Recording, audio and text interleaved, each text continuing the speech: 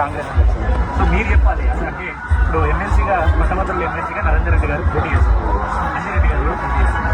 ఎందుకు అంజిరెడ్డి గారిని చూస్ చేసుకోకుండా నరేందర్ రెడ్డి గారిని చూస్ చేసుకోవాలని చెప్పాలంటే ఎందుకు చెప్తారు? కరీంనగర్ పాత ఉమ్మడి జిల్లా కావచ్చు, ఈరోజు ఉన్నటువంటి కరీంనగర్ జిల్లా కావచ్చు, నరేందర్ రెడ్డి గారు అంటే ప్రతి ఒక్క పేద విద్యార్థికి విద్యను ఫ్రీగా ఉచితంగా అందించినటువంటి వ్యక్తి నరేందర్ రెడ్డి గారు. ఈ అంజిరెడ్డి గారు అనే వ్యక్తిని మా ఇంతవరకు మా కరీంనగర్ ఉమ్మడి జిల్లాలో కావచ్చు, ఇక్కడ కావచ్చు, మేము ఎన్నటికీ ఇప్పటి వరకు కూడా ఏనాడు కూడా మేము విన్నటువంటి పేరైతే లేదు.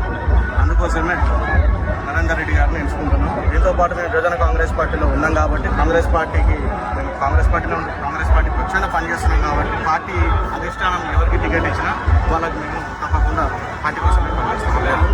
ప్రీవియస్ ఎమ్మెల్సీ క్యాండిడేట్ వచ్చి ఇప్పుడు జీవన్ రెడ్డి గారు వచ్చి ఇప్పుడు గడిచిన కాలానికి ఇప్పుడు జీవన్ రెడ్డి గారు అది పార్టీ నిర్ణయించిందండి. ఆనాడు ఉన్నటువంటి పార్టీ పరిస్థితుల వల్ల జీవన్ రెడ్డి గారికి టికెట్ ఇవ్వడం జరిగింది. జీవన్ రెడ్డి గారు మంచి మెజారిటీతోనే గెలిచి ప్రజలకు కూడా అల్పలుగా నాయకుడిగా పోరాటం చేసి ప్రజల కోసం పనిచేసినటువంటి వ్యక్తులు జీవన్ రెడ్డి గారు సుపరిచితులు, ఒక సీనియర్ నాయకుడు. ఇప్పుడు ఈ రోజని కాదు, చాలా సంవత్సరాల నుంచి 30-40 సంవత్సరాల నుంచి జీవన్ రెడ్డి గారు తన జీవితాన్ని పార్టీ కోసం అంకితం చేసింది. ఈ రోజు ఉన్నటువంటి పరిస్థితుల వల్ల లేకపోతే సీనియర్ నాయకత్వం కావచ్చు, నాయకత్వం చర్చించుకున్న తర్వాత డీసీసీ వర్కింగ్ ప్రెసిడెంట్ కావచ్చు, ఎవరైనా తీసుకున్నటువంటి నిర్ణయం కోసం ఇవాళ నరేందర్ రెడ్డి గారిని అభ్యర్థిగా ప్రకటించడం జరిగింది. పట్టభద్రులు మంచిగా మేము పార్టీ కోసం పనిచేస్తున్నాం కాబట్టి ఆ పార్టీ ఎవరికి టికెట్ కేటాయించిన ఇవాళ కింది స్థాయి నుంచి మీ స్థాయి వరకు ఎవరికి కేటాయించినా మేము పార్టీ కోసం పనిచేస్తాం. ఇంతకుముందు బీఆర్ఎస్ పార్టీ ఉన్నప్పుడు చాలా వరకు విద్యార్థులు కష్టాలు పడుతున్నారు, ఉద్యోగాలు లేవని, గ్రాడ్యుయేషన్ కూడా అసలు ఇక్కడ కూడా అన్ఎంప్లాయ్మెంట్ పెరిగిందని ఎన్నో ఆత్మహత్యలు కూడా చూసాం. సో ఇప్పుడు కాంగ్రెస్ పార్టీ వచ్చిన తర్వాత నరేందర్ రెడ్డి గారికి ఎమ్మెల్సీ అయితే న్యాయవాదులు కావచ్చు, మీరు ఒకటి గుర్తించుకోవాలి. తెలంగాణ రాష్ట్రాన్ని ఇచ్చింది ఆనాడు కాంగ్రెస్ పార్టీ, సోనియా గాంధీ.